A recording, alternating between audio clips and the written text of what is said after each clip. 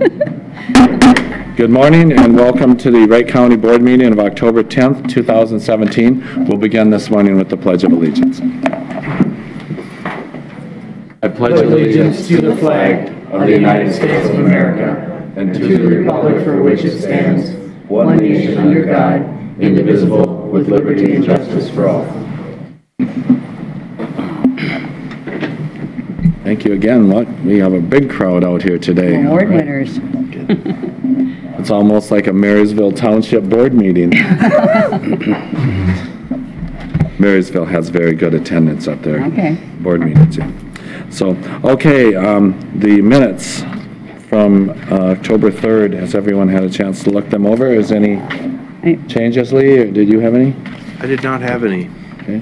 Mr. Chair, Commissioner Hewson. I'll make a motion to approve the minutes. I'll second that. Okay. Motion by Commissioner Hewson, second by Commissioner Vetch. Seeing no changes, all in favor say aye. Aye. Opposed, same sign. Motion carries unanimous. The agenda for today, and I understand Auditor Treasurer Bob Hevola has something he'd like to add on. Yes, Commissioners, I'd like authorization to hire temporary help for the License Bureau. So I'll bring that up. Okay, and you are not on the agenda other than that, Bob, so where should we put that in, Lee? Item C? Want to see? I would do it probably C. After item for consideration? Or just agenda. You or put just it on as the a timed agenda? item too. Okay, we'll do it timed agenda, item C then. All right, thank you, Bob. Any other changes? Okay, seeing none, I'll Make a entertain. motion to approve the agenda as amended. I'll second that. Motion by Commissioner Delighten, second by Commissioner Potter. All in favor say aye. Aye. Opposed, same sign. Motion carries unanimous. The consent agenda for today. I'll make a motion to approve consent agenda. I'll second that. Motion by Commissioner Delighten, second by Commissioner Hewson. And no other discussion or all in favor say aye. Aye. Opposed, same sign. Motion carries unanimous. 9:02, Jamie Schwartz, our Health and Human Services Director. Good morning, Jamie. Good morning, Commissioner. Morning. I didn't use your full name. I hope you're not offended. I'm not even sure what it is anymore, so. Thank you. Yes, I'm very happy to be here. We're happy to be here as four individuals, three individuals in a group associated with Wright County were award winners at this fall's regional MSSA conference. And MSSA is a huge organization made up of thousands of members, so this is indeed a big honor. So on September 15th, these individuals and one group won the Achievement Awards. Would you want to just say what MSSA stands for? Minnesota Social Services Association. So I'd like to, and this was in the paper, I understand, this past week, and what I have here that we have is that these are the unsung heroes who go above and beyond their expected service in the health and services field. So that's kind of the crux of where the nominations came from. And unfortunately, our very first person was not able to be here. She's very sorry to miss it. She had some other thing that she had to kind of juxtapose this morning, so she would like to be here. It was Cindy Howell. And she is our outstanding adult foster care provider. And again, this is between the counties of, it's a bunch of them, Benton, Chisago, Isanti, Kanabec, Mille Lacs, Pine, Sherburne, Stearns, and Wright is who our region represents in the MSSA. So Ms. Howell has been licensed to provide adult foster care since 1994 and is currently licensed in Wright County. She's worked with individuals who have severe legal trouble along with mental health and developmental disability diagnoses. She helps them see past their troubles and find passion and joy in their life. She takes the time to find out what will make the individuals in her care happy and then finds a niche where they can be successful. And she was nominated by one of our social workers, Ellen Humperly. So again, we're sorry she couldn't be here. Then we have our Outstanding Staff Achievement, which is a very sought after award. And this is Ariel Johnson. And board, you'll remember Ariel because she was also one of our Employees of the Month, I think in 2017 or 2016. So if you'd like to come and join me, Ariel, and then maybe just stay up here while we go through these. So Ariel goes over and above over and beyond in her duties as a child protection social worker with Wright County. She treats her clients with dignity and respect and gives foster children a sense of normalcy. Ariel has gone out into the community and asked for donations to provide children in the foster care system with toys and clothes. She always has a drawer full of children's gifts in her office for holidays and birthdays. She participates in several groups to make Wright County more efficient and has created a checklist to help other workers be more organized. And I've also heard from the county attorneys that they really appreciate the skills that Ariel brings to the position. Her coworkers know that she can always depend on her, and she was nominated by a coworker, Jessica Edgar. So congratulations, Ariel. Thank you. Stay here, and we will photo actually. Also, the next person, Samantha Dobbs. Come on up, Samantha. She is our outstanding volunteer service person, and this we can't take all the credit here because Samantha was actually acting in her position as a volunteer with Central Minnesota Jobs and Training for 17 months. And she was also an AmeriCorps and a VISTA member. And during this time, she created an internship program, completed a community needs assessment, assisted with analysis and evaluation of fundraising events, and developed community partnerships. Samantha was nominated by Nicholas Beck and Central Minnesota Jobs and Training, and she's currently an intern with Wright County. So that's how we claim our association. So she is here as an intern with our Health and Human Services in our mental health unit. So congratulations. The award that they received when they were presented this in September. And our final recipient is, we have most folks here, so if I could please have all the folks from the collaboration. So that would include, this award is for community collaboration, so we have Functional Industries. If you could please come on up. Wright County Health and Human Services, represented by Diane Erkins. Vocational Rehabilitation Services, and I'm not sure if Hillary Krukenberg is here. Okay. Kelly Lindberg. Come on up, Kelly. Rod, would you like to join us? Okay. So this is the community collaboration. Congratulations, everyone. Oh, Missy, come on up, Missy. And this is really a special one because this, I think, is something that we do really well in Wright County, is that I think we have great collaborations. And in this case, it was Functional Industries, Wright County Health and Human Services, Central Minnesota Mental Health Center, Vocational Rehabilitation Services, and both the Monticello and St. Cloud offices. And each agency in this collaboration brings their own mental health expertise to the table to support employment, therapy, and case management. So as you can imagine, those are all really important things when we're talking about folks with mental illness. The collaboration, known as IPS, Individual Placement and Support, is an evidence-based approach that helps people with serious mental illness work in regular jobs, not just jobs set aside for people with disabilities. And mental health practitioners not only help their clients consider employment, but also provide employment specialists with their mental health expertise to assist with individualized job search. The collaboration has successfully assisted people with mental illness to become contributing members of the communities and families. So we have Chrissy from Functional Industries. Hillary is not here. We have Diane Erkins from Wright County, and we have Kelly Lindberg from Central Minnesota Mental Health, and I don't have Missy on my Central Minnesota Mental Health. Great, thank you, Missy. And Ariel and Smith. I think we're all good here now. So this is our group from the community collaboration. So please thank them for what they did. I just have one more short statement, and that is just that I think what all these folks do is they don't do it obviously for the award, but so I think when we do get awards for this type of work, it's all the more sweet just because it's something that very deserved but not sought after. And also, again, I'll just say I think that we have 4 outstanding recipients of this award, all from Wright County, and that's many years go by that we don't have any. So I think this is just really fantastic. So thank you, everybody. Thank you. Jamie, I can't help but notice, but one of the clocks is not on the right time. Right. Uh-oh. I didn't say they were good chronologists. They're really good at their job. And can we stand in front of the board as well? So if I know, so you walked out. It's like... That's what I got out of the whole thing. Attention to detail. Is that?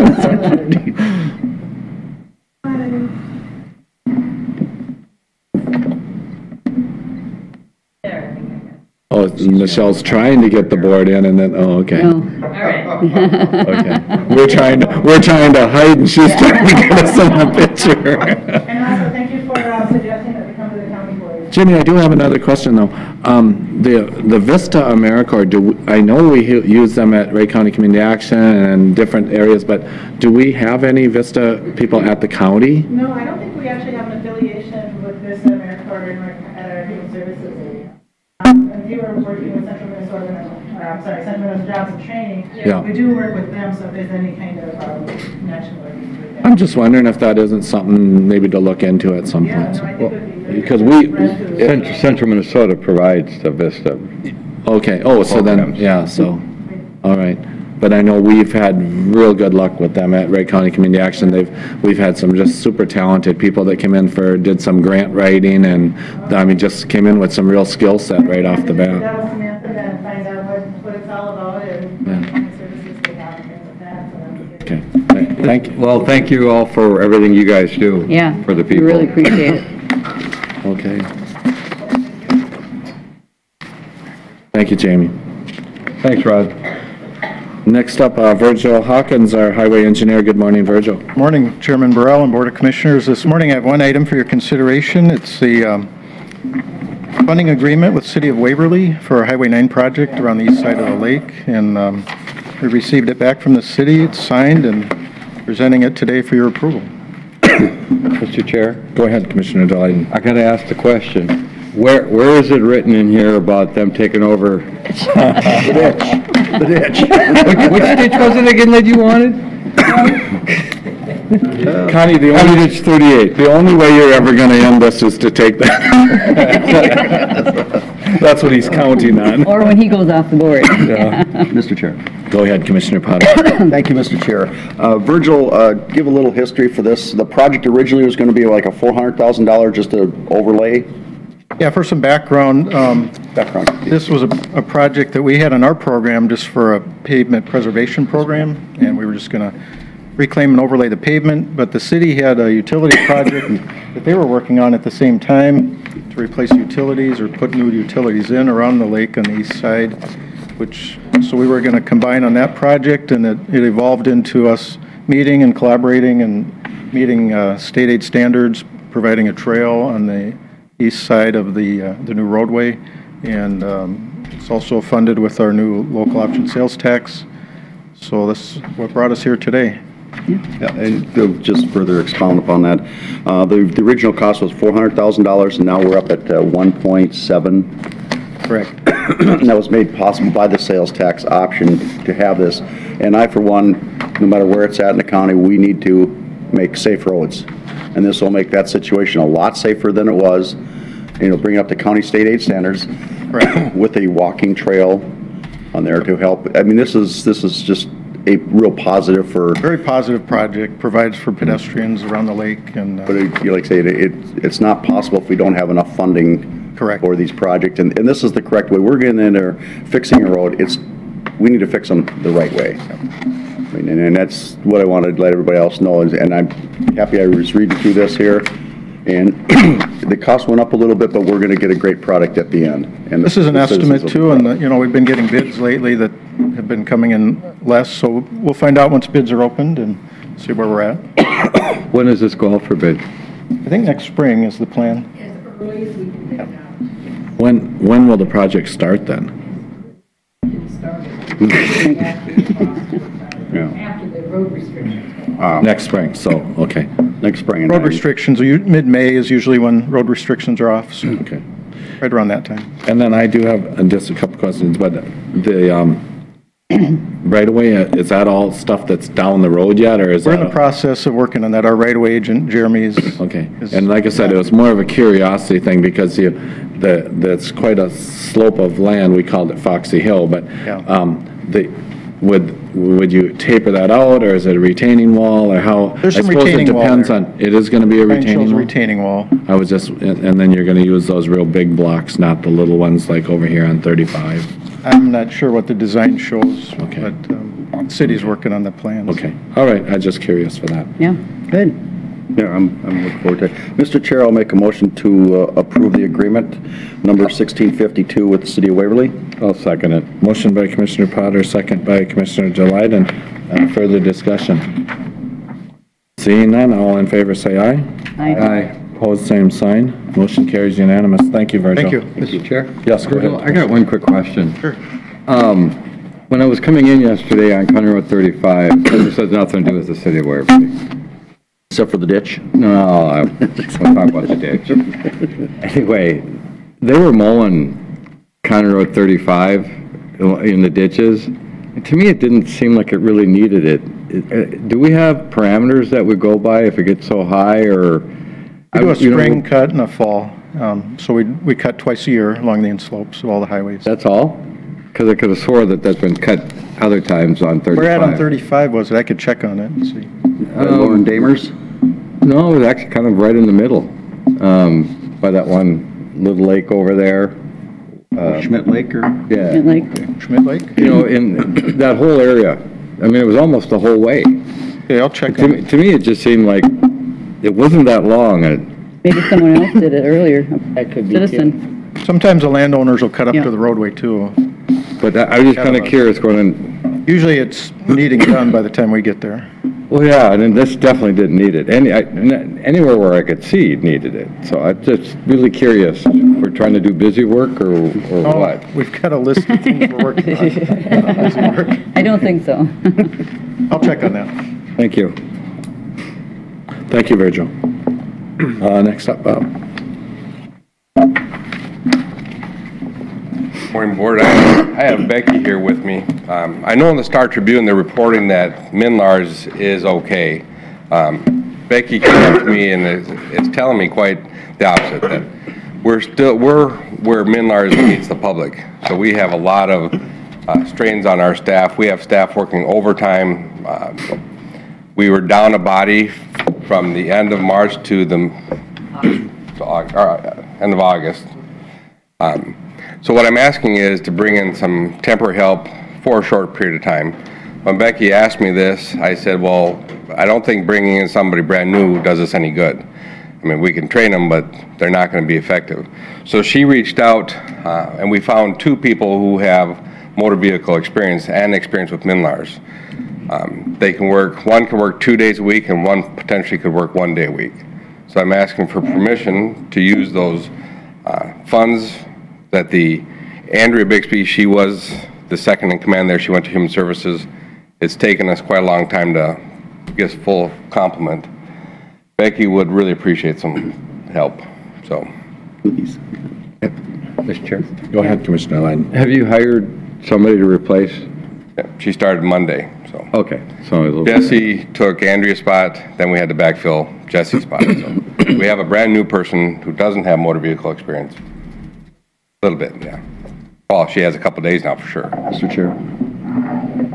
Okay, anyone else? Mr. Chair. Commissioner Potter. Question for you, Bob. How long a time frame are we looking for this temporary help? But Well, 6 months-ish, right in there. yes. There's a release coming out that we're hoping is going to make a difference. I've reached out to Stearns County. They're going to send one of their people down here because we're all experiencing Minlar's. And if there's any tips or tricks, we want to gain from it. So Okay. I guess the request would be to the end of the year, and if I have to go into next year, I'd come back to you. Okay, Mr. Chair. I'll make a motion to authorize Bob to hire temporary help to help in the motor vehicle, the licensing area for up to 6 months, and anything past that, he's got to come back and talk to us again. It's only asking until the end of the year. End of the year. Is it? Yes, to the end of the year, You yeah. only need till the end of the year? Well, he'd ask, Well, he'd ask you come that's back why I at the asked end of the year. it. Okay, come back at the end. I'll amend it to make it come back after the end of the year. All right. Mr. Chair, I will second that. I support it. I've watched that line and I've heard many people that have waited over 30 minutes. Anything that we can do to try and speed it along until the powers that be can make the system more efficient for our end, I'll support that. Okay, motion by Commissioner Potter, second by Commissioner Betts. Commissioner I just Buser. have just a clarification for our procedures, and this fits in fine if we bring something like this to the full board, not going to Personnel. personnel. Yeah, it's typically, these cases, if they would have a temporary budget line, it would just be approved as part of the budget. Since this isn't the case, thought it'd be best to act quickly on it today. Bob will have funds due to the vacancy to pay for the positions. And then just to be aware, this will have to follow the 67-day temporaries per the union contract. But I do agree with Commissioner Hewson on this. I mean, that's what we have the Personnel Committee for, and I guess we've made exceptions before, but. And, I mean, we know you need help, and so. But maybe. We don't need to delay it another week. Maybe this could have been foreseen though, as well, to say, to come to the personnel, say, if we do have this issue, would we be able to, address it this way, so. And Commissioner, had we known the issues with Minlars, we would have done that, but. Okay. The other thing I will add is we're currently working with Alan, essentially putting a drop box in the hallway, putting a little stand there that if you're just dropping something off, we will take care of it after you leave. So once we get permission to put up that box, that'll be another arsenal that we can to improve customer service during these times. Okay. Sounds good. We have the motion and second. Further discussion? Seeing none, all in favor say aye. Aye. Opposed, same sign, motion carries. Thank you, Bob. And Commissioner Delight, we are up to committee minutes. You have volunteered to do technology graciously. I appreciate that. Can you say that a little louder, please? Really appreciate that. Thank you so much. The Technology Committee met on the 27th of September. Members present were Commissioners Delight and Vetch, Lee Kelly, Mike McMillan, Christine Parlow, Todd Hoffman, Tanya West, Virgil Hawkins, Tammy Veit for Bob Hivela, Olga Strobel, and Cherry Nelson for Adam Tagaro. Other presents were Connie Mae Cooper, Teresa Friedman, Jamie Goodham Schwartz, Tony Rasmussen, and Jen Rassett. Our contract worker that we're using, project manager for Teresa Friedman, is working on our transition to Office 365. She presented the current status of it, presented a timeline. We don't have actual dates for the timeline yet because of some different things that we're dealing with. BCA is still on the fence about some authentications. The state of Minnesota is currently doing it, but now the BCA is saying, well, we're not quite sure. So leave it to government to keep things moving along very, very, very slowly.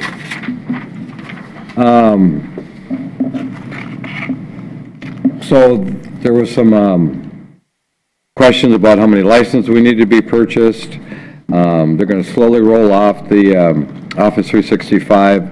Teresa worked with the state of Minnesota in transitioning to Office 365, so she has a vast amount of experience with doing this. She's presented some really good ways of making sure everything goes as smoothly as appropriate. And they have a little governments committee that meets to make sure that everything is done the proper way and to make sure everything is legal, and so that it's going to be a successful rollout for all the departments. Again, with Teresa's help, with her knowledge of the Office 365 and the experience she's gained at the state, will help us considerably. The action for that one was to have the approval to purchase 700 additional G3 license for Office 365. The 365 Governance Committee will only have commissioners' attendance as needed in the capacity of expert role.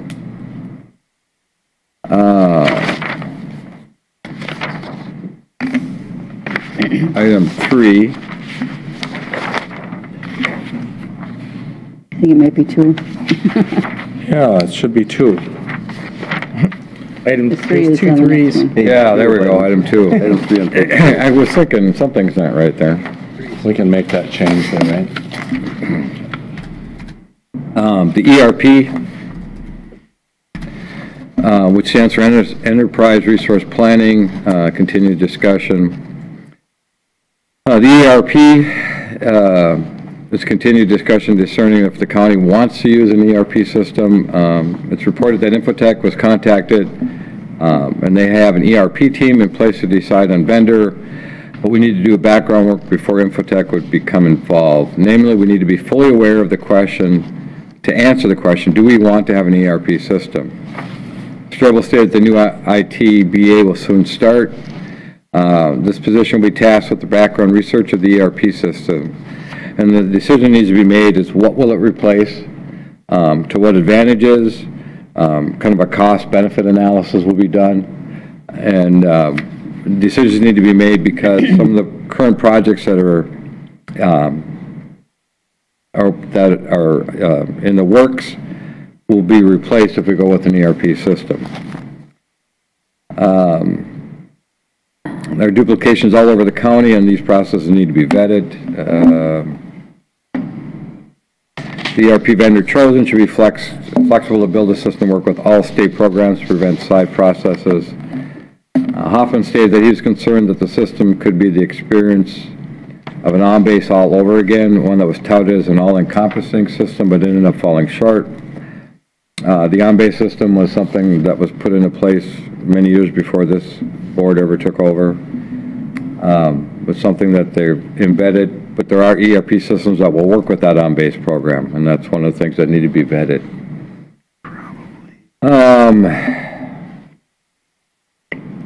The IFS and the HR, they have the most widespread impact across the county, so that needs to really be truly vetted.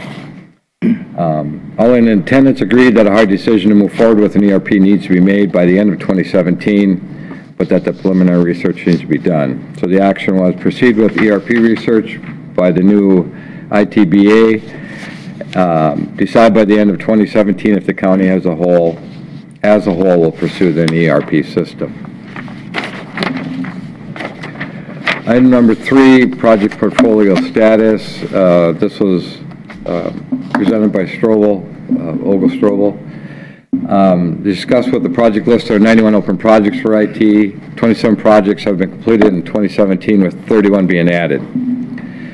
Kind of hard to catch up when you post 27 and get 31 more. Yep. The IT department has prioritized the projects based on the information they have. She also noted that with the project request form, IT has been able to gauge the impact of projects in a much improved format, gathering more information and details up front. She presented a project dashboard to help the committee prioritize projects. The discussion turned to the projects to bring to a top priority. Goodham Schwartz suggested completing the ones with the biggest impact and lowest effort first. Hoffman suggested doing the little ones first, or perhaps dividing them up and staff up into groups. Some tackle big projects, others tackle small projects. As you can see, that it's not an easy decision. Yep. That needs to be made. It turns out IT will provide more accurate answers to the question of how long will a project take to complete. They are doing some work in the background, which will make things a lot easier to be able to figure out the impact and how long it does take to finish something. Or when a new project is added, what it will take to do that project. We're all aware of that the backlog of projects was created by historically not having enough staff, which is one of the things we're working on, trying to get this up. A mandate to stop on projects was discussed as well. Brought up the Minnesota state shutdown, how Human Services still hears about projects not being done because of the shutdown, even though that was over 5 years ago. I would hope that Wright County would do a lot better job than the state would and that sort of stuff. And I would firmly believe that that would be the case. More efficient. Yeah. Rasmus stated there needs to be a way for departments to know if their project is going to proceed forward before they invest time and effort. That there does need to be discussion and decisions on prioritizing projects. It was decided to table the prioritization discussions for the next meeting. Strobel wanted to discuss 2 new projects. Security incident management was the first project brought up. A system in our process possibly using SharePoint to manage and track incidents. I suggested that it be put on the list, but that other projects already there are more important. That's an all question that if it was an IT project or more of a governance and policy issue. Due to time, this discussion was also deferred to the next meeting. The second project, check scanning for human services, was also tabled to the next meeting due to time. Connie May did state that this project is going through the project request process to more clearly define the scope. A new OpenGov module is available. Discussion of the module was referred from the county board meeting to technology committee meeting. Base stated the module is $19,000. Is available for use on the OpenGov platform, which is already being used. Would integrate IFS to OpenGov, creating a financial dashboard, which was well received by departments. It was thought that IT would need to create an auto update from IFS to OpenGov, as currently it's a manual process. This discussion was also tabled due to an ERP system possibly doing the same thing, and IT needed more information about the requirements of the module. Action for this item was direction for department to prioritize their own projects list. Table continued discussion on project prioritization and the proposed projects to the next meeting. Share IT staff, time findings at next meeting. And these meetings we do seem to get a lot accomplished, but there's a lot to accomplish. And unfortunately, time constraints, difficult to do everything that we need to do. One of the things we did suggest in the future was that the Office 365 status be compact a little bit. We don't need to the high extent of information. With 2-hour meetings, or close to 2 hours, it's, we're really cutting out a lot of things, and we have to really prioritize so we can get everything heard at least, and that's the struggle that we're having at this point.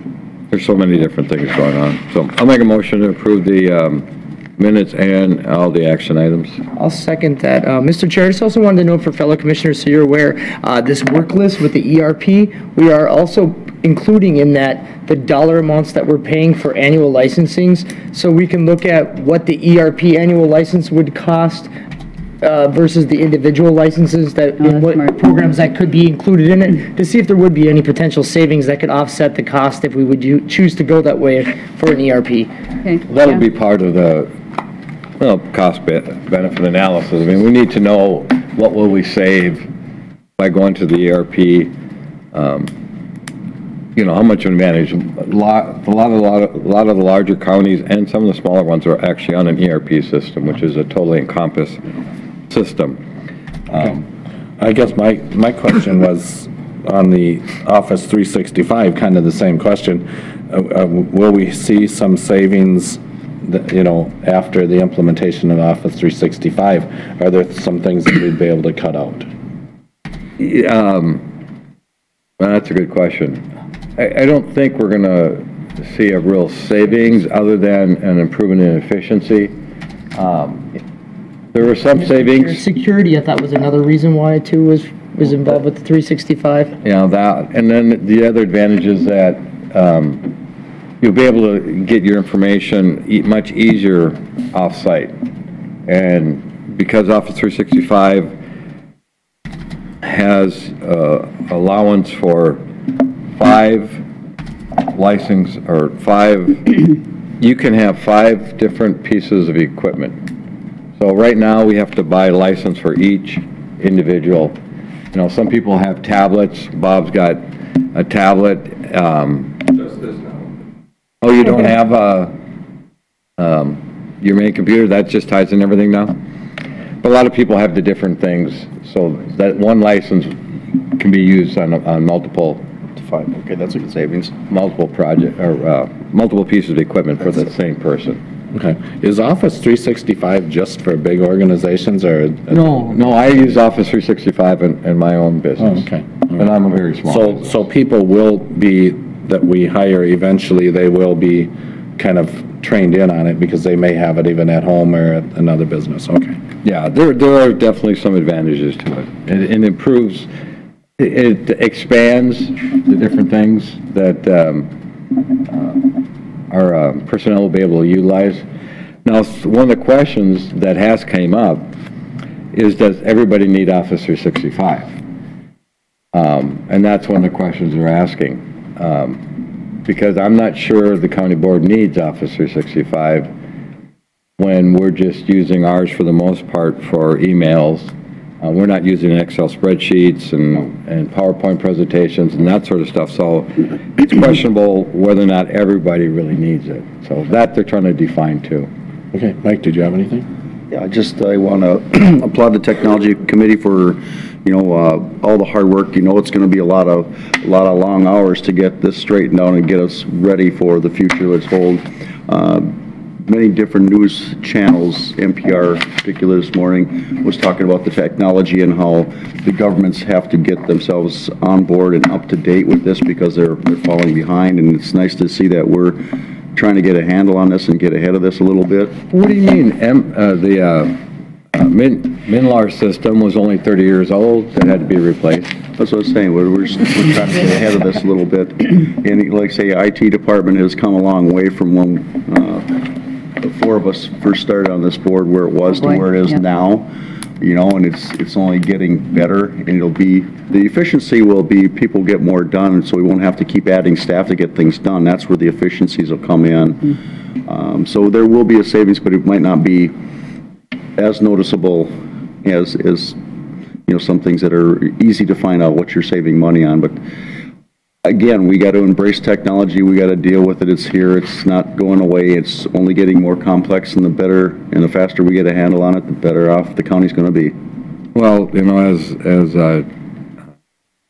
our Health and Human Service Director said yesterday, we have so many workarounds to deal with on the financial end of it for Health and Human Services because the state systems are so old. I mean, they're still DOS-based, that it's very difficult to be able to do a lot of the new things. And the biggest problem is you hire all these young people, and we have to reteach them on how to deal with the DOS system because they're not used to that. They're used to the Windows-based systems. I mean, it's ridiculous that the state is so far behind. And why? I mean, after all these years, why?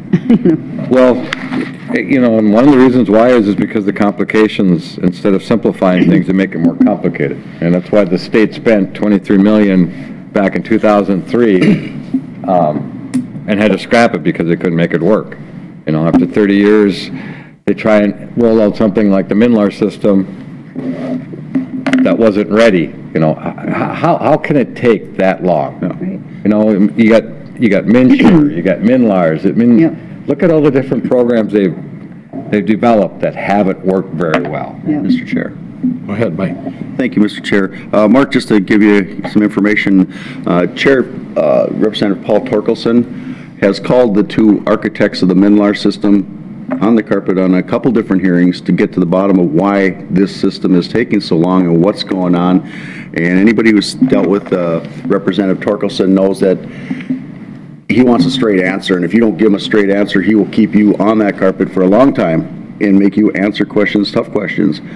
He's disturbed by how long this has been taken and the problems with it. So I am confident that if there's a person down in St. Paul that can get to the bottom of this and try to, and he's not afraid to point fingers who's the blame either, that's the representative I think can do it. Good.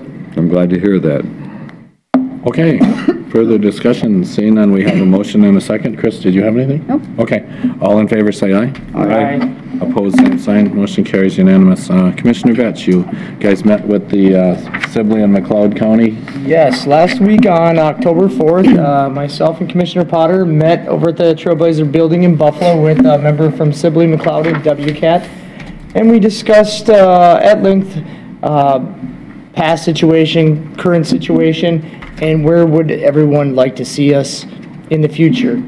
And the discussions were very, very fruitful. Coming out of that discussion, they asked for, the Sibley McLeod County agreed that, preliminary, that they would like to, they'd be willing to hear out what kind of a relationship possibly WCAT and Wright County could work out. We set a second meeting after that for Monday this week, where myself and Commissioner Potter sat down with Scott Enter of Buffalo and Kevin Castle of St. Michael to hash out some possible preliminary agreement ideas that they could take to their board. The discussions were very fruitful. We have some high-in-the-sky items out there right now that we'll hopefully be able to bring back within another week or two. But before doing that, I am going to ask that the board to show a good faith to be able to move forward with this, release the $225,124.94 River Rider funds to WCAT as a show of good faith to be able to make this agreement move forward and stick for 2018. Why do we need to show good faith? That just blows me away. Mr. Chair, the reason I'm going to speak about that is because predecessors of mine, the idea behind this hasn't been necessarily sold real well from the Wright County side, that we are willing to be involved in transit. And whether it's the county's tax dollars, the city's tax dollars, states, federal, it's all the taxpayer citizens' money. Whether where it comes and gets put in from, it's kind of irrelevant. The cities are struggling in being able to offer this system, and they're asking for us to help them. And it only makes sense that we do it because it is truly a county function throughout the state and other systems.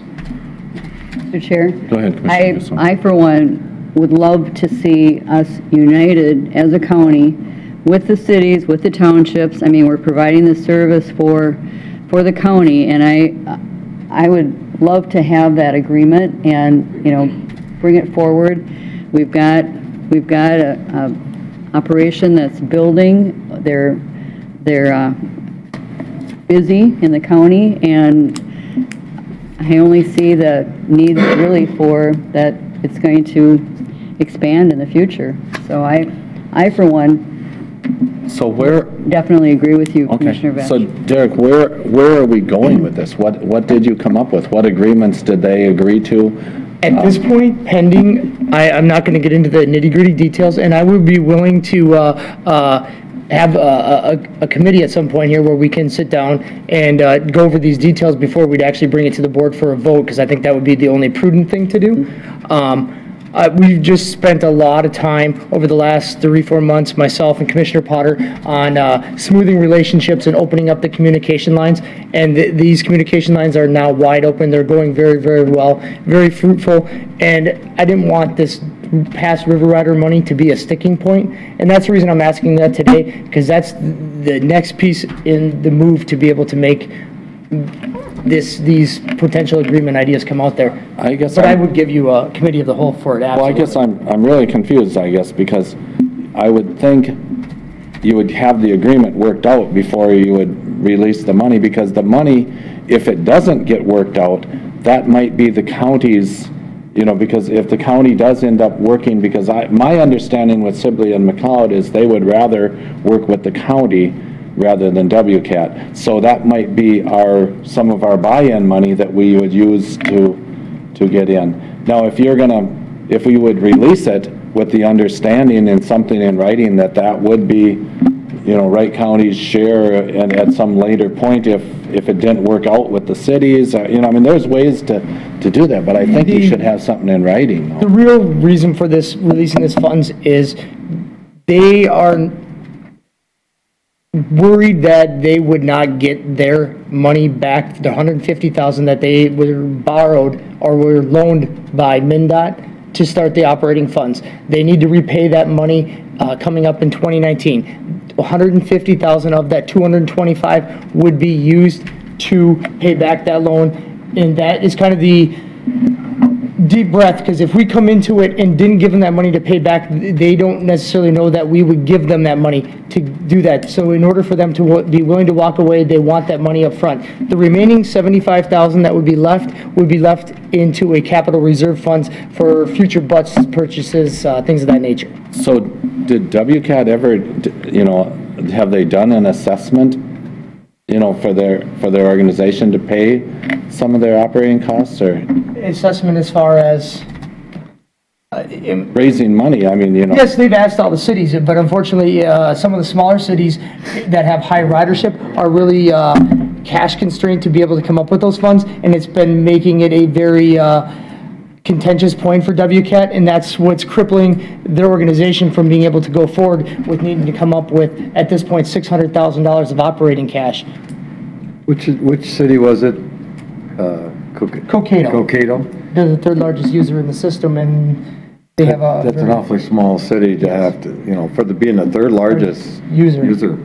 and see now, when we did transit before with the Cokato area, River Rider provided transit within the city, and Trailblazer actually came up to Cokato, took Cokato people down to Hutch for the most part, because it would be kind of like an equivalent of maybe somebody from Maple Lake running to Buffalo to do some shopping. It's more of a hub, whereas Hutchinson is a closer hub to Cokato than Buffalo. So Trailblazer actually did those rides already. They came into Wright County because they're the 3 C's. It's collaboration, cooperation, and consolidation.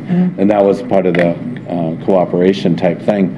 So now those rides will be all placed on Cokato when I'm not, I guess they originate, that's where they go by, where they originate from. But it's kind of shifted, when we had those entities in a different locale, it was not counted against Cokato or credited to Cokato, I guess. But you could look at it the other side, Commissioner, Mr. Chair. In that case, we were essentially stealing from the McLeod County constituents because they were funding rides from Cokato. Either way, it's taxpayer money. Well, the revenue went down to their county, though, I guess. But there's no revenue, Well, the cities, all the businesses. Okay, in that side, from possible revenue for the business side, yes. Well, I'll make a motion to actually approve to move this money. What was it, 96? Okay, so it's $225,124, actually at 94 cents. So I'm going to make it $225,125. And I'll add the 6 cents in so that we can make it an even amount. I know it's difficult for Bob to deal with those little change things. Contributions in the construction. And then it's to WCAT. Huh? To WCAT. To WCAT. I'll second that. Okay. Okay, so motion by Commissioner Delighten. Who got the second over here? Commissioner Houston. Discussion, I guess I'll start it off. I think we need to have something down the road, because if it's who's ever going to be represented on our end of the transit, whoever pays for that should be having a seat at the table. If that's the cities, if that's the counties, and I don't mean just, I guess what I would say is, let's say there's a $400,000 assessment. If WCAT pays $200,000, the county pays $200,000, that's fine. Then we have one person each on the board, whatever. But if it goes the other way, where the county starts picking up the share, then the county should have be the representative. Even though we are all the county, it's the same thing. Well, I was going to say, I agree, but I think this is a first step in showing that the county wants to work with WCAT and Trailblazer. So I think doing this just shows that we are willing to work. It'd be nice if it was unanimous that we're all together on this. I just think let bygones be bygones, let's move forward. We are the right county, so let's show people we can do things the right way. And Mr. Chair, a lot of those questions, I think that probably things are going to evolve. It's just like everything, that you do, the more you go on in things, more things come up, or, you find a better way of doing things, or those are kinds of questions I think that, but you're right, if we're part of it, we'll have a voice. We need a voice, so, yeah. Mike, do you have anything? Mr. Chair, I just want to say that this is, I want to applaud Commissioner Betch for working pretty hard to get this going. And I know Kevin Castle fairly well. I don't know Scott Enter as well, but we're trying real hard to make this so it's a fair system. So if we have money into it, we'll have a seat at the table, we'll have a voice in it, which makes it a little more fair. WCAT will not have, especially the smaller towns that have the big burden like Cokato, and you don't want to take away those rides, but that's a budget buster for that town. So trying to make it so it serves all people. And in all fairness, WCAT could, by its way, say no to any township rides because the city shouldn't be paying for township. And everybody pays into the system that pays for the 5311 program. Everybody should be able to have a chance to use the system. Right. And is it a perfect system? Probably not.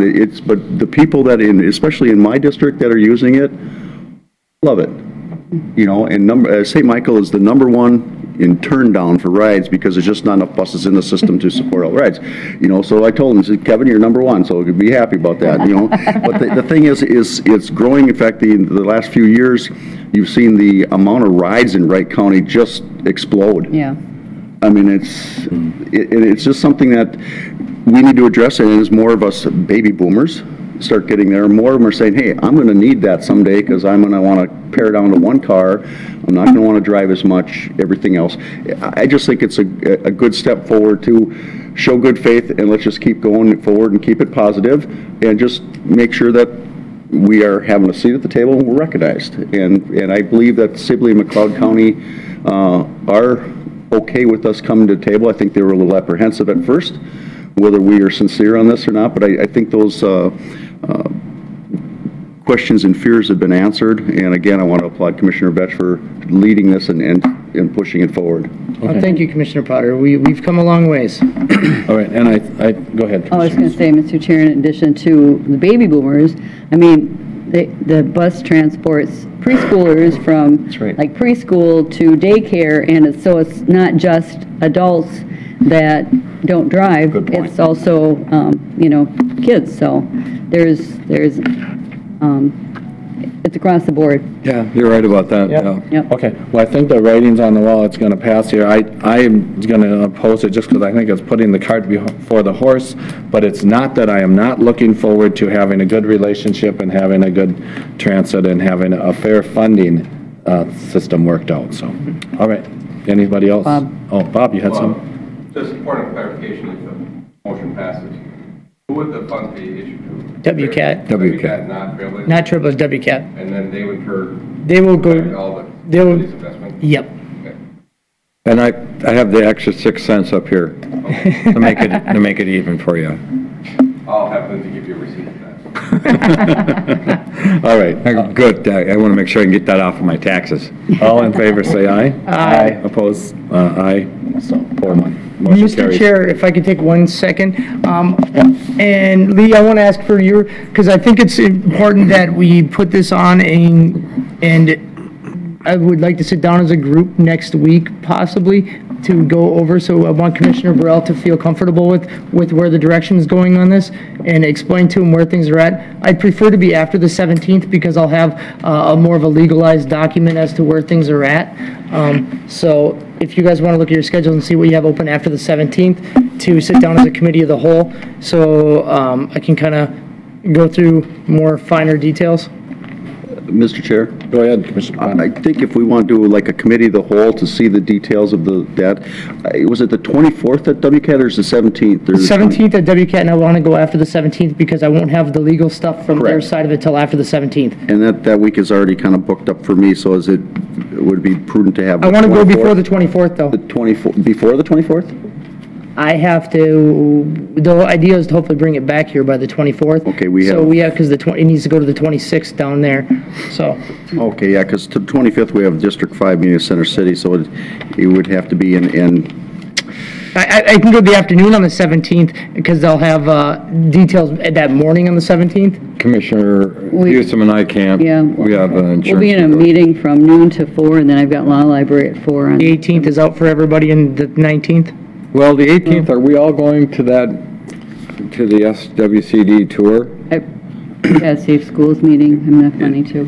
Mr. Chair, I sit on the Library Negotiation Committee, and we are doing that at 8:30 on Wednesday, and that, it's a reopener, so I expect that to be a full day. How about the 23rd, after Human Services or before Human Services? We have District 5 meeting at Center City in the Yeah. morning. Oh, okay. And, Mr. Chair, Go ahead. Commissioner Vetch, how about the 17th after our board meeting? I mean, we've got the meeting at noon, but, I have committee of the whole with courts at 11. The 11, Okay. so do I.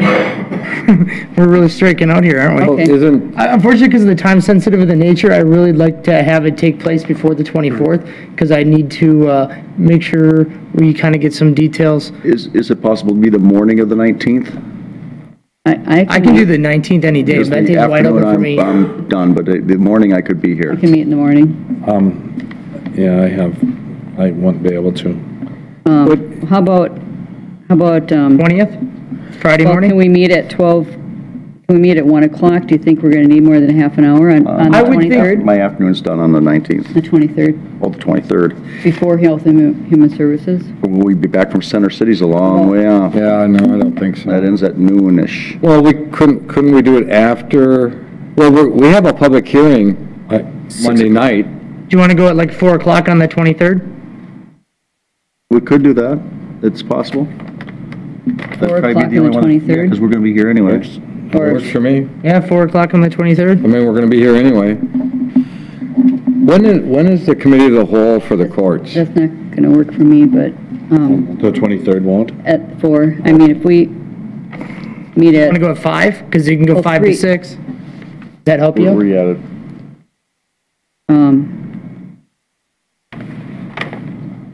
Or 3 to 4? 3 to 4? If the 19th, if the morning of the 19th would work, I can reschedule what I have. If you want to go in the morning of the 19th, that would be great, because that gives us, otherwise, we got all these other meetings that kind of overlap, and we don't want to. I can reschedule, I had a thing here, but I can Okay. reschedule So it. what time? October 19th, what do you want to say, 8, 9, 10, 9. 9? Nice.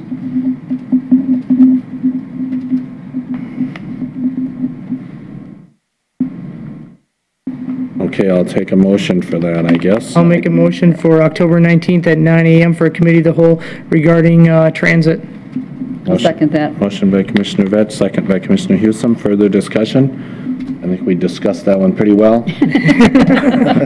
All in favor, say aye. Aye. Opposed, same sign. Motion carries unanimous. Mr. Chair? Go ahead, Commissioner I Dodd. had committee of the whole for courts on the 17th. At 11 o'clock. You are right. So that is committee of the whole? It is committee Okay, of all right, I got, It's 11 o'clock. okay. For some reason, Chris, you may not. We're not running into any conflicts on that 19th, I hope now. I'm not seeing any at this time. If I find something, I will let you know. we'll just meet back here in the conference room. Conference room, yep. Mr. Chair? Go ahead. Just for clarification, the rest of the committee of whole with the courts is because we are at that next junction that everybody needs to be filled in where we're at to that point. Because we've been taking this slow, is when we get to a certain point, gathering of information, then we stop, have committee of whole, so it's not too large a bite to try to take off and try to figure out. We've had more of these than in the past, because what we learned from the highway building is we didn't have them often enough, and it caused some delays and too many questions. By this way, a little bit more frequent when they get to a certain point, then everybody gets up to speed on it, so then we can get this point and then move on from here to the next point. So that's why we're doing these a little bit more often than you're used to. Yeah. Okay. Yeah, good to have some updates. Yes. We did vote on that, right? Yes, we Okay. did. So next up, we have advisory committee, advisory board updates. Mr. Chair, I have nothing for this week. Things. I was at the first Buffalo Safe Schools meeting on last Wednesday. We had 55 people there. It was like just this huge group. Picnic. Which is great. They talked about the separate start times are working out really well. So the the elementary kids start at 7:45, middle school and high school start at 8:50, and it's going very well. They're looking at kids kind of holistically for early intervention and trying to bridge some of the gaps that they've had with you know, at home or you know, coming from different situations. And the Wright Learning Center, and I didn't get this date, but they're having 65 exhibitors come in to the school, and there'll be businesses, colleges, trade school, military, so they've got a really great operation out there. So a lot of people had a lot of updates. Malco got an award, which I got invited to last Wednesday also. And October is the National Disability Employment Awareness Month. And Amber Oster from Functional Industries nominated Malco because they have a lot of their clients that work there. And so it was really a nice presentation. Senator Anderson gave a proclamation, and Representative McDonald was there, and it said that Malco Products, outstanding employer of people with disabilities, National Disability Employment Awareness Month, October 2017, from Functional Industries Incorporated, Minnesota Organization for Rehabilitation and Rehabilitation. And if you ever have a chance to go to Functional Industries and just see how well they work out there, and it's a cool thing. And Malco, of course, they've won, I don't know how many awards for the different patents and their products that they make and tools. So it's a really a pleasant place to be. So I'm been impressed with Functional Industries and Malco for years. So good thing they built out there when they did. They'd never be able to do that now. Probably. Can't build out in the township. Can't build in a township. You know, regarding Functional Industries, it's also, they do off-site work too. They do some cleaning for the city of Buffalo and some of their parks and stuff like that too. Yeah, So yeah. those people enjoy what they do. Yeah, they are.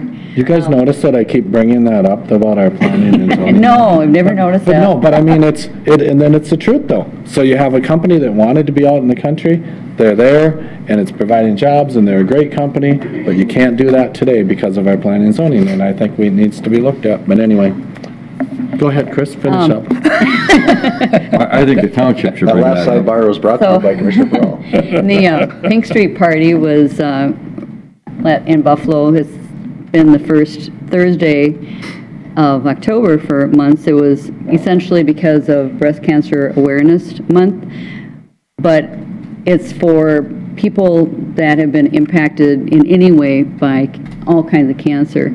So next year they're going to be changing the theme, so it won't be just Pink Street Party anymore, because a lot of people didn't recognize or didn't realize that it was for every kind of cancer, or you know, if you're a victim or a survivor, or you know, a family member. So so that was good. We had nice weather, right, Ed?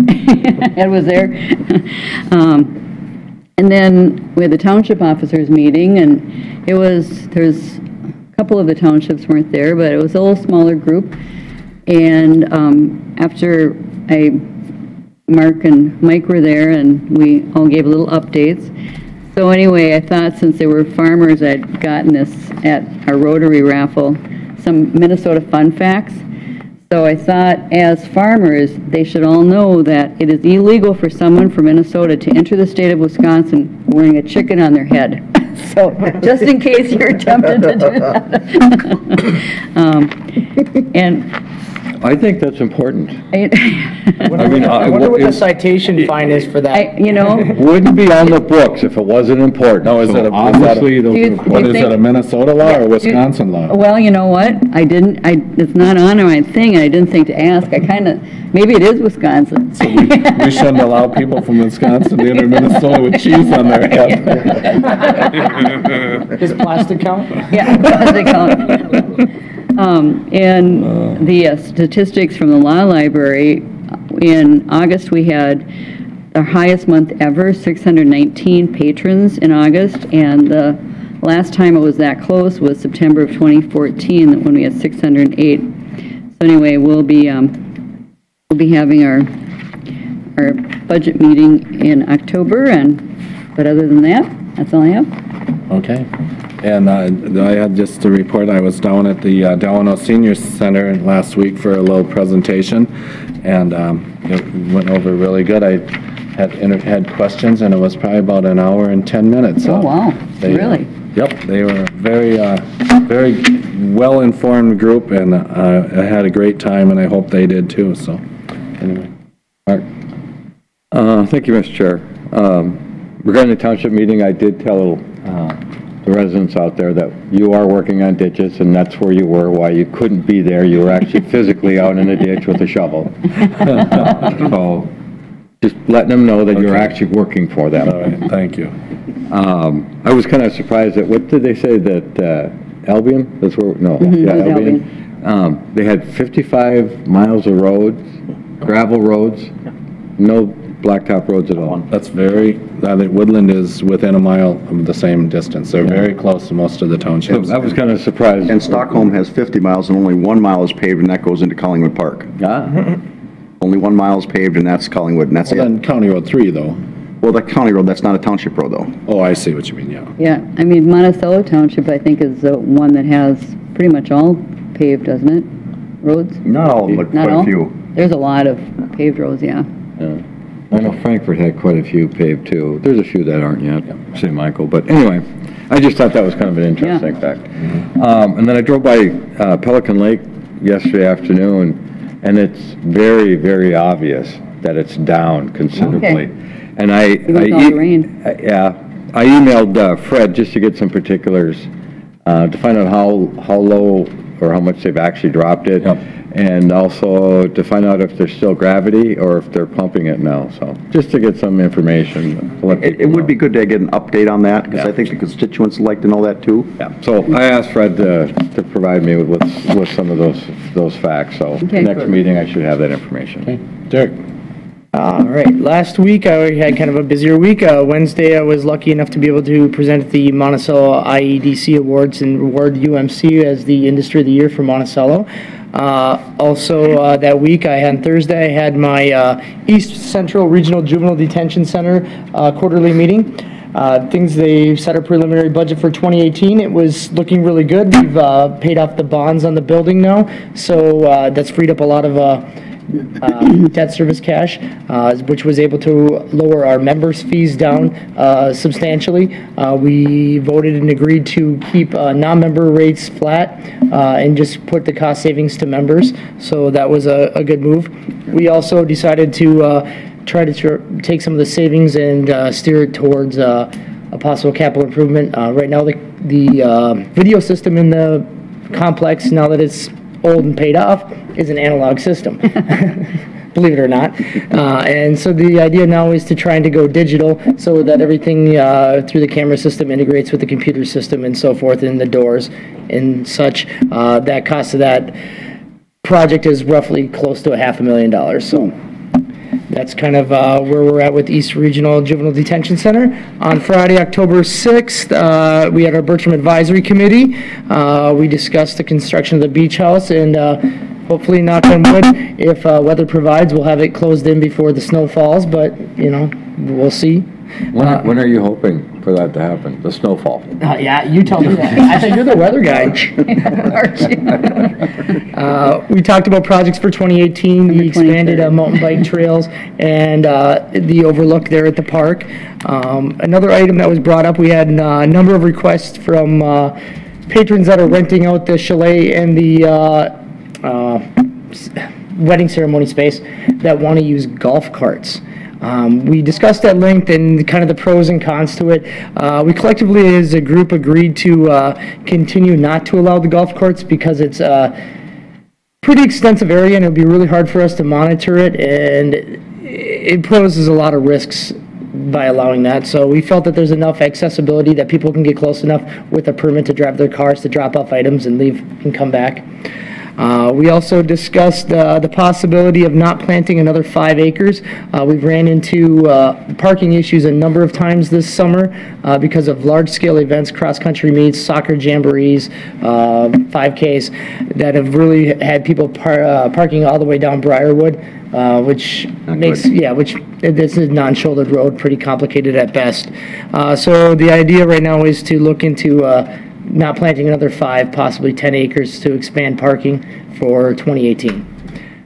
With that, that is all I have right now for advisory. Regarding some of the things he said, I wasn't able to make the meeting, but I know I was talking with Mark, that they had over 1,000 runners for one of the cross-country meets out there. And at the same time, they had an invitational tournament or something. Yeah, the on a Saturday. soccer. They have soccer every Saturday morning. So at the same time. So it was a soccer Yep. with an incredible amount of people, and then there was like 1,000 runners, I think Mark had said. Because the soccer on any given Saturday have about 300-400 people out there. So I mean, you put 1,400-1,500 people out there. Parking. Need some parking, yeah. So Bertram Lake is being utilized. Yeah, It's absolutely. being utilized. And then once that thing is up and running completely, it's going to be a very beautiful system. Okay. That's it. Does anyone else from the public have anything come before the board? Okay. Just enjoying the show today, huh? Okay. Then with that, Lee, anything else from you? No, sir. Okay, we are adjourned at 10:10. Thank you all. Thank you.